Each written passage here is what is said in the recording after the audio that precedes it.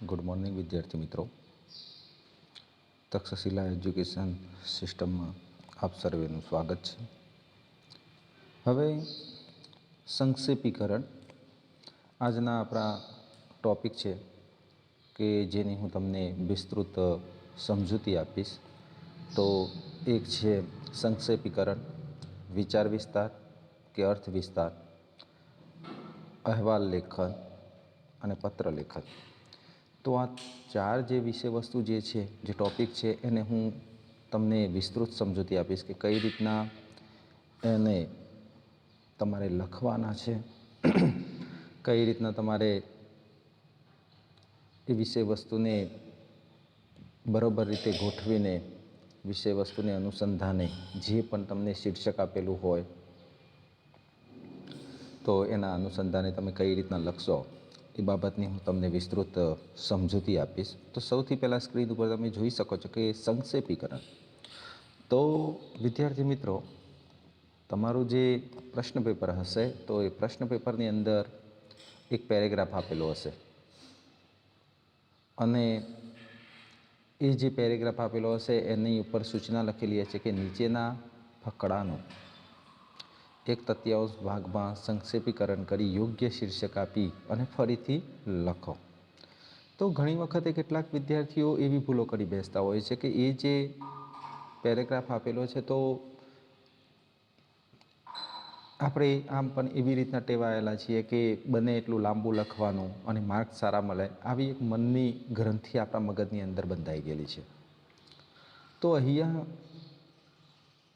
ટૂંકમાં લખવાનું છે ને તમને માર્ક્સ મળવાના છે ને એ બી 5 માર્ક્સ કે 4 માર્ક્સનો આ ટૉપિક હોય છે.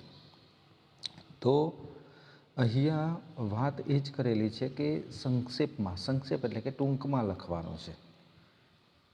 તો એ જે પેરેગ્રાફ તમને આપેલો છે તો એને કઈ રીતના તમારે શું ધ્યાનમાં લેવાનું છે એ બાબતને આપણે જોઈશું. તો સંક્ષેપીકરણ કરવાની જરૂરિયાત ક્યારે પડે?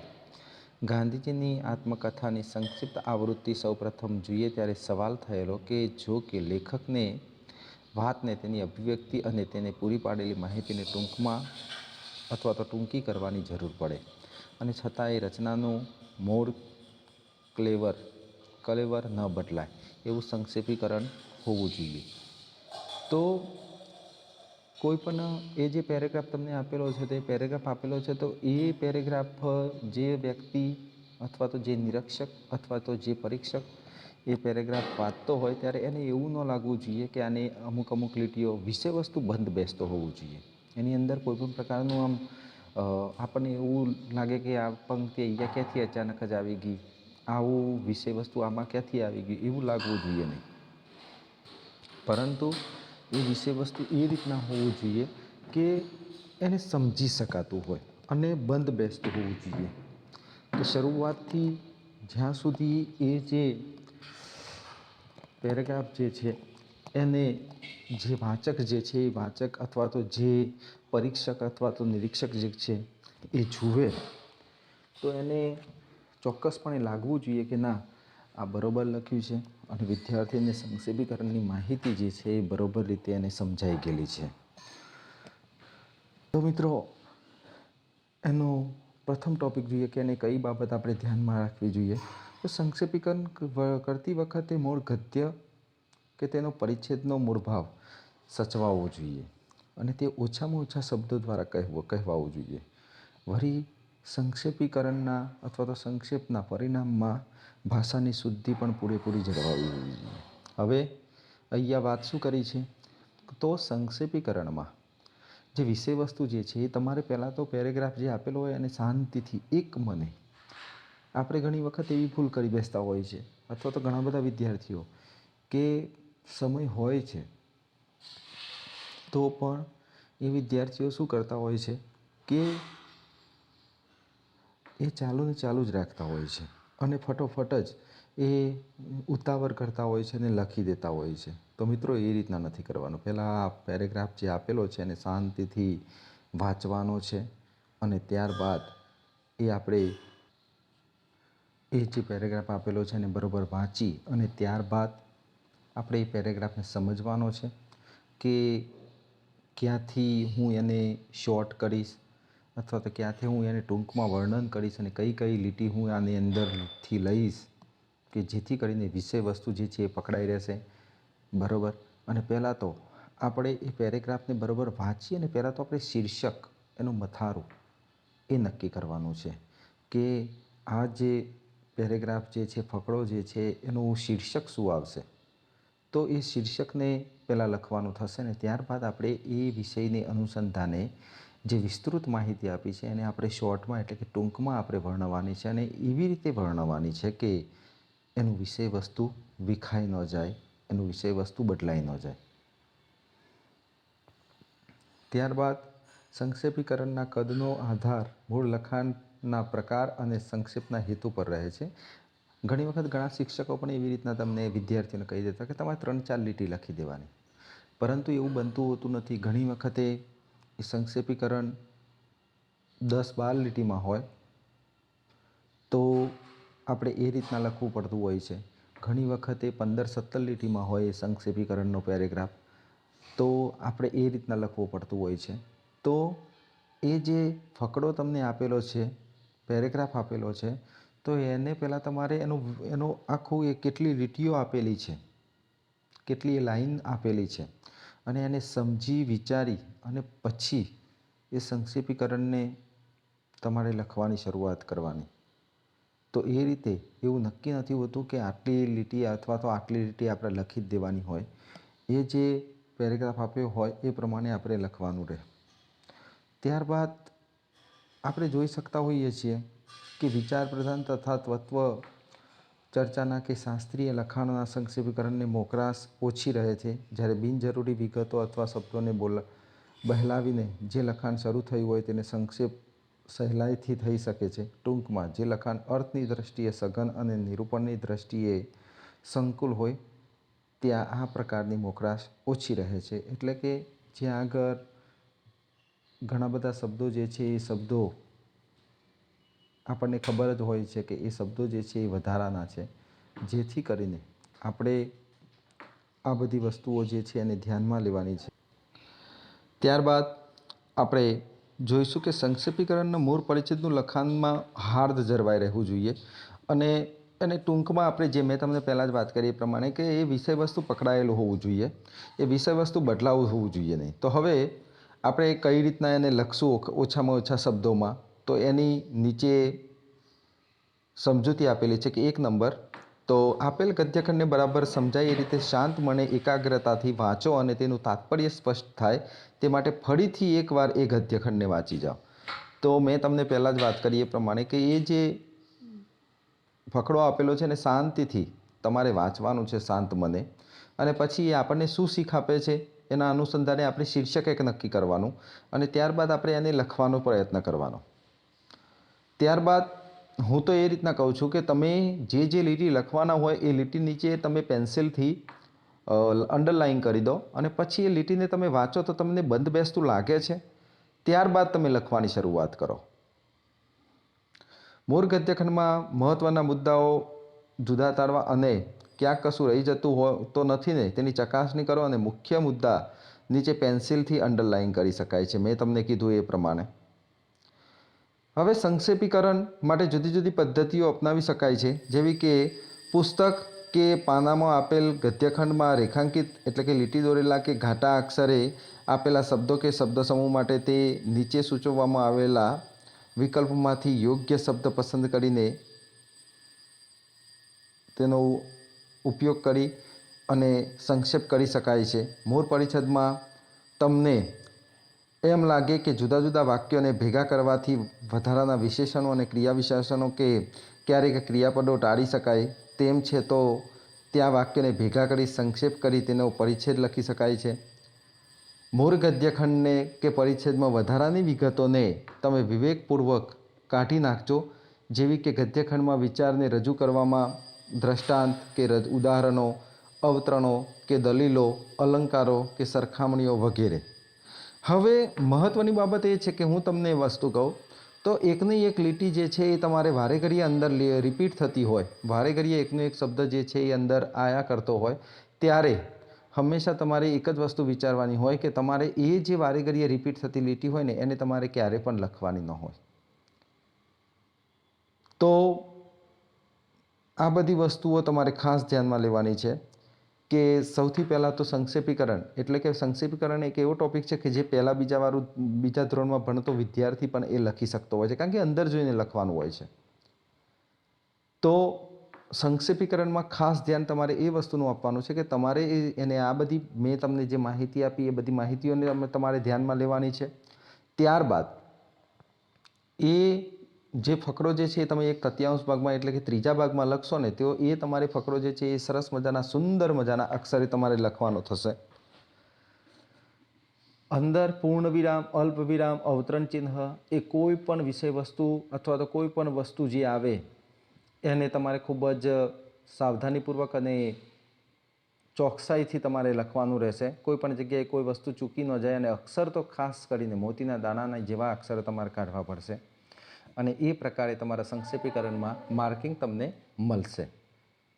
તો મિત્રો સંક્ષેપીકરણની માહિતી ચોક્કસપણે તમને સમજાઈ ગઈ હશે એવી હું આશા રાખું છું. હવે વિદ્યાર્થી મિત્રો, બીજા નંબરનો ટૉપિક છે જેની આપણે માહિતી આપીશું. તો અહેવાલ લેખન. સ્ક્રીન ઉપર તમે જોઈ શકો છો કે અહેવાલ લેખન. અહેવાલ લેખન એક એવો લખાણ છે કે જેમાં તમારે એનો વિષય વસ્તુ જે છે એ ભૂતકાળમાં બનેલું હોય. ધારી લો કે 26મી જાન્યુઆરી વિશે તમારે લખવાનું છે અથવા તો એનું વિષય વસ્તુ તમારે આવડવાનું છે અથવા તો એના વિશે તમારે વિસ્તૃત અહેવાલ લખવાનો છે આશરે 100 કે 150 શબ્દોમાં. તો તમારે એ અહેવાલ જે છે એ 26મી જાન્યુઆરીનો અહેવાલ તમે 27 તારીખે લખી શકો. એટલે કે ભૂતકાળમાં બનેલી વસ્તુઓને, વિષય વસ્તુને તમે એની અંદર આવરી શકો છો. કારણ કે અહેવાલ એક એવી વિષય વસ્તુ છે કે જેમાં તમે નિહાળી હોય, તમે અનુભવ્યું હોય. જેમ કે આપણે જોઈ શકતા હોઈએ છીએ કે તમારી સ્કૂલમાં અથવા તમારી શાળામાં વૃક્ષારોપણ કાર્યક્રમ યોજાઈ ગયેલો તો તેનો વિસ્તૃત અહેવાલ 100 શબ્દોમાં લખો.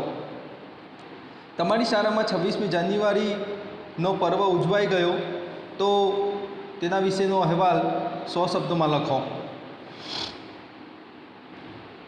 તમારી શાળામાંથી એક પિકનિકનું આયોજન થયું હતું તો તેનો અહેવાલ આશરે 100 શબ્દોમાં લખો. આવી રીતના રક્ત શિબિર, રક્તદાન કેમ્પ, ધોરણ 10ના વિદ્યાર્થીઓનો વિદાય સમારંભ, આ બધા વિષય વસ્તુને આવરી લેવામાં આવતો હોય છે. તો અહીંયા અહેવાલ લખવા માટે આપણે કઈ કઈ બાબતોને ધ્યાનમાં રાખવી પડશે તો એની માહિતી આપેલી છે કે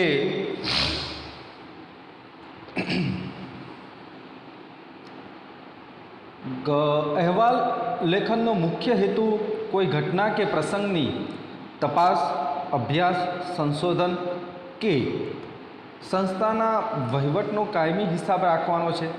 પ્રસ્તુત સંદર્ભમાં અહેવાલની પદ્ધતિ એક જ હોય છે અને વિગતોની ગોઠવણી વ્યવસ્થામાં વૈવિધ્ય હોય છે. 1. ઘટના કે પ્રસંગનો અહેવાલ. તો આ સંદર્ભમાં અહેવાલ સામાન્ય રીતે કોઈ સામયિક અથવા વર્તમાનપત્રોના સંદર્ભમાં લખવાનો હોય છે. દાખલા તરીકે અકસ્માત, કુદરતી હોનારત વગેરે. તો આપણે જોઈ શકતા હોઈએ છીએ કે ન્યૂઝપેપરમાં આખો એક અહેવાલ લખેલો હોય છે કે ભાઈ રાજકોટમાં સાંબેલાધાર વરસાદ પડ્યો અને તંત્રની ઘોર રસ્તાઓ માટેની જે પોલ જે છે એ બહાર પડી. તો એ વસ્તુ થઈ ગઈ અને પછી એના વિશે આપણે લખી શકતા હોઈએ છીએ. એના પહેલાં આપણે એનું વિષય વસ્તુ આપણે લખી શકતા હોતા નથી. એવી જ રીતે ઓફિસ મિટિંગ કે ચર્ચાનો અહેવાલ. તો આ વિષયમાં અહેવાલ રોજબરોજ જે કામ કરી લીધું હોય એ કામની વિગતોનો હિસાબ અથવા તો એ જે પણ કાર્ય કર્યું હોય એ બાબતને જાણવાનો અહેવાલ એક હોય છે. યોજના અને સંશોધનનો અહેવાલ કે કોઈ યોજના અથવા તો સંશોધન ઉપરાંત સંશોધનનું સમાયોજન, હેતુઓ અને નિષ્પત્તિ વગેરેની સામગ્રી તૈયાર કરવા માટેનો એક અહેવાલ લખાય છે. હવે અહીંયા આપણે જોઈ શકતા હોઈએ છીએ કે અહેવાલ જે છે એ અહેવાલમાં મુખ્યત્વે એ બાબતને ધ્યાનમાં રાખવાની હોય છે કે અહેવાલ જે છે એ તમે લખતા હો છો ત્યારે તમારે પેપરની અંદર આવી રીતના મેં તમને જે અલગ અલગ ટૉપિક કીધા એ પ્રમાણે કે ભાઈ તમારી શાળામાં રક્તદાન કેમ્પનું આયોજન કરવામાં આવ્યું તો તેના અંગે 100 શબ્દોમાં વિસ્તૃત અહેવાલ લખો, તો તમારે ઉપર હેડિંગ મારવાનું હોય, શીર્ષક કે રક્તદાન કેમ્પ. ત્યારબાદ નીચે જે તારીખે રક્તદાન કેમ્પનું આયોજન કર્યું હોય એ તારીખ લખવાની, વાર લખવાનો, અને પછી તમારે શરૂઆતથી એ રીતના સ્ટાર્ટિંગ કરવાનું કે શરૂઆત તમારું વિષય વસ્તુ એટલે કે તમારે કોઈ જગ્યાએ પેરેગ્રાફ નથી પાડવાનો. અહેવાલમાં એક ખાસ વસ્તુ ધ્યાનમાં લેવાનું છે કે કોઈ જગ્યાએ તમારે ફકરો નથી પાડવાનો, અને ફકરા પાડો તો એકથી વધારે નહીં, એક જ ફકરો પાડવાનો. હવે અહેવાલ જે છે એ અહેવાલ એવી વિષય વસ્તુ છે કે જેમાં મેં તમને વાત કરી એ પ્રમાણે કે એમાં વિષય વસ્તુ જે છે એ ચોક્કસપણે પકડાયેલું હોવું જોઈએ, એક જ ધારું ચાલ્યા જવું જોઈએ, અને એમાં શરૂઆતથી અંત સુધી કોઈ પણ જગ્યાએ, નહીંતર ઘણી વખતે કેટલાક વિદ્યાર્થીઓ એવી રીતના, મેં અહેવાલ વાંચેલા છે તો એવી રીતના લખતા હોય છે કે ઉપર લખેલું હોય 26મી જાન્યુઆરીનો વિસ્તૃત અહેવાલ લખો, તો એમાં શરૂઆત કરે જેમ મેં તમને કીધું એ પ્રમાણે કે 26 જાન્યુઆરી 2019 વાર મંગળવાર, અમે સવારે બધા જ વિદ્યાર્થીઓ વહેલા સ્કૂલમાં પહોંચી ગયા.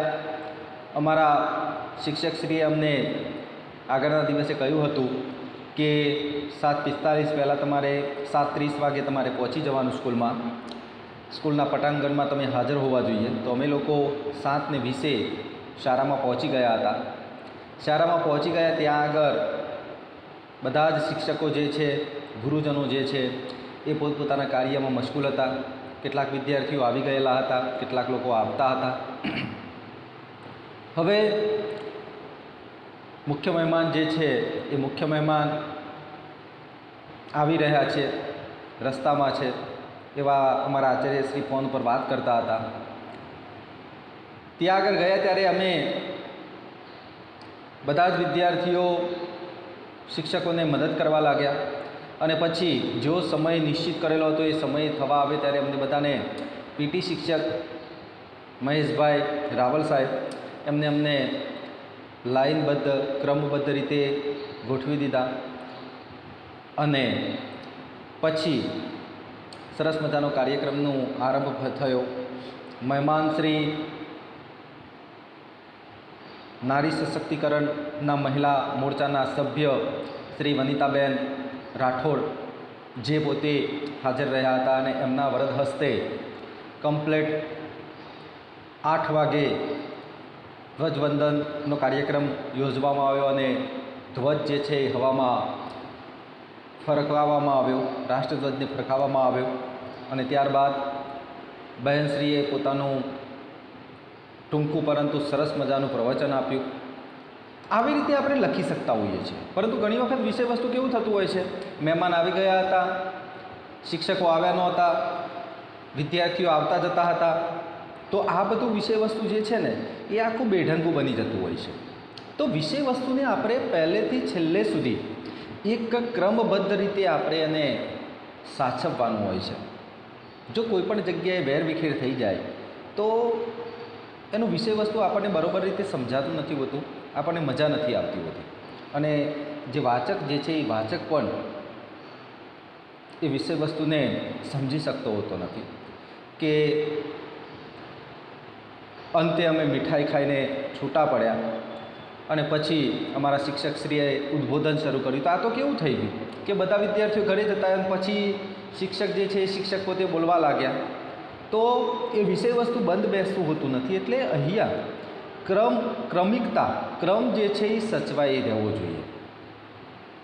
અને જે સમયથી શરૂઆત કરી હોય, જ્યાંથી તમે શરૂઆત કરી હોય, તો ત્યાંથી તમારે સરસ મજાની રીતે તમારે એક પેજની અંદર કમ્પલસરી ઓછામાં ઓછી 15થી 17 લીટી જે છે એ તમારે લખી દેવાની હોય અહેવાલમાં, અને સરસ મજાનું હેડિંગ મારી દેવાનું, ઉપર શીર્ષક આપી દેવાનું, કે જેથી કરીને તમને એ જે વિષય વસ્તુ વિશે તમે શું લખી રહ્યા છો એના વિશેની તમને માહિતી અથવા તો સામે જે વાચક જે છે એને પણ ખબર પડે કે ભાઈ આ ભાઈએ આના વિશેનો અહેવાલ લખ્યો છે. તો અહેવાલ લેખનમાં ચોક્કસપણે પેરેગ્રાફ બને તો એક પાડવાનો, બાકી વધારે નહીં પાડવાના, અને ન પાડો તો પણ ચાલે. બીજી વસ્તુ કે પ્રથમ લીટી જે છે એ પેરેગ્રાફ પાડીને જ લખવાની, એટલે કે ડાયરેક્ટલી આગળથી ચાલુ નહીં કરવાનું, વચ્ચેથી એટલે કે થોડી જગ્યા રાખી અને પછી પેરેગ્રાફ પાડીને શરૂઆત કરવાની.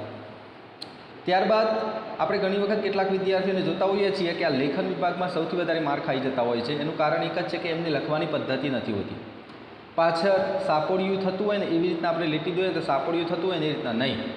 તમે લખો તો પાછળનો ભાગ પણ તમારે કમ્પ્લીટલી, એટલે કે જે અંતિમ જ્યારે આપણે લખતા લીટીમાં છેલ્લે જતા હોઈએ છીએ ત્યારે એ પણ આમ એકદમ લાઇનસર ક્રમબદ્ધ રીતે સીધું કમ્પ્લીટ લખાયેલું હોવું જોઈએ, નહીં કે સાપોડિયા જેવું.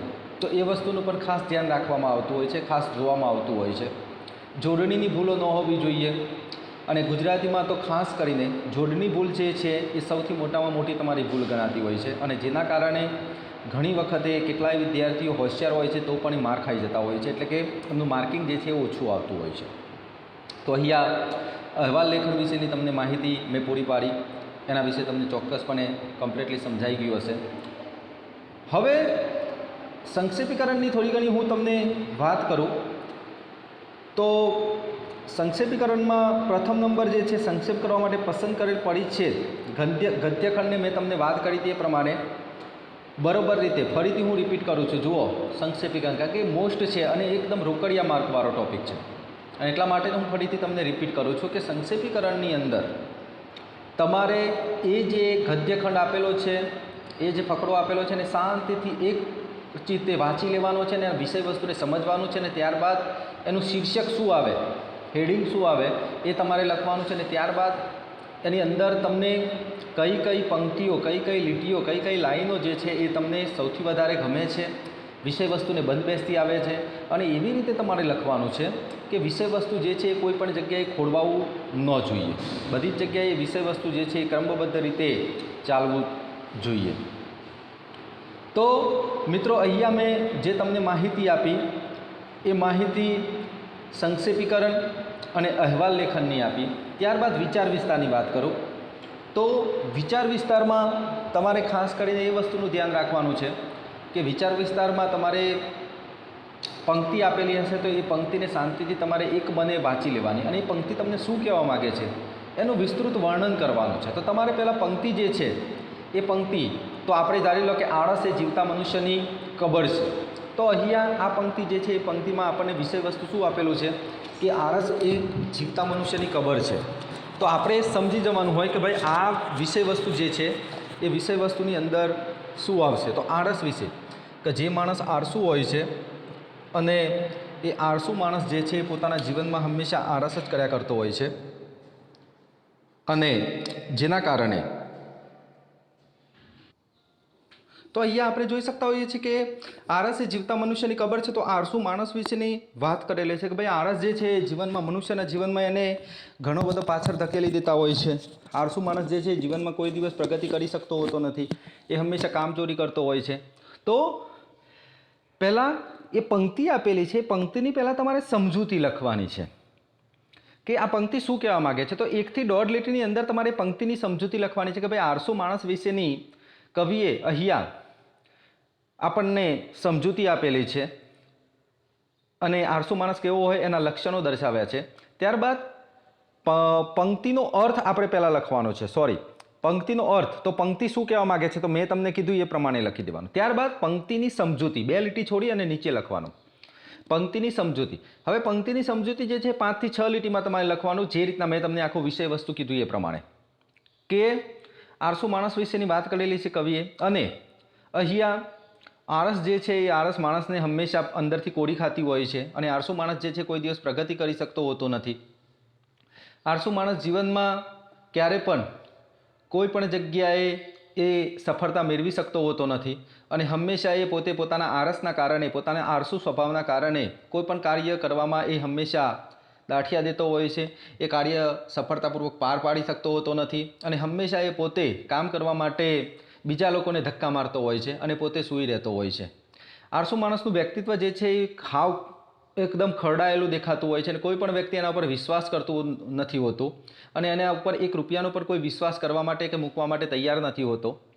જ્યારે જે મહેનતુ માણસ જે છે એ હંમેશા કાર્ય કરવામાં પ્રસન્ન રહેતો હોય છે અને કયું કાર્ય અથવા તો એને ક્યારે કામ મળે એની જ એ રાહ જોઈને બેઠેલો હોય છે અને કામ ન મળે, કોઈ ન આપે તો પણ એ પોતાની રીતે એ કામ શોધી લેતો હોય છે. જ્યારે આળસુ માણસ જે છે એનાથી વિપરીત હોય છે, એને કામ કરવું જ નથી હોતું અને એ શાંતિથી પડ્યો રહેતો હોય છે અને જેના કારણે એનું જીવન જે છે એ ધૂળધાણી જેવું થઈ જતું હોય છે અને એક સમયે એવું લાગતું હોય છે કે ભગવાને એને જન્મ આપી અને મોટામાં મોટી ભૂલ કરી દીધી હોય અને ધરતી ઉપરનો બોજ હોય એ પ્રકારની અનુભૂતિ થતી હોય છે.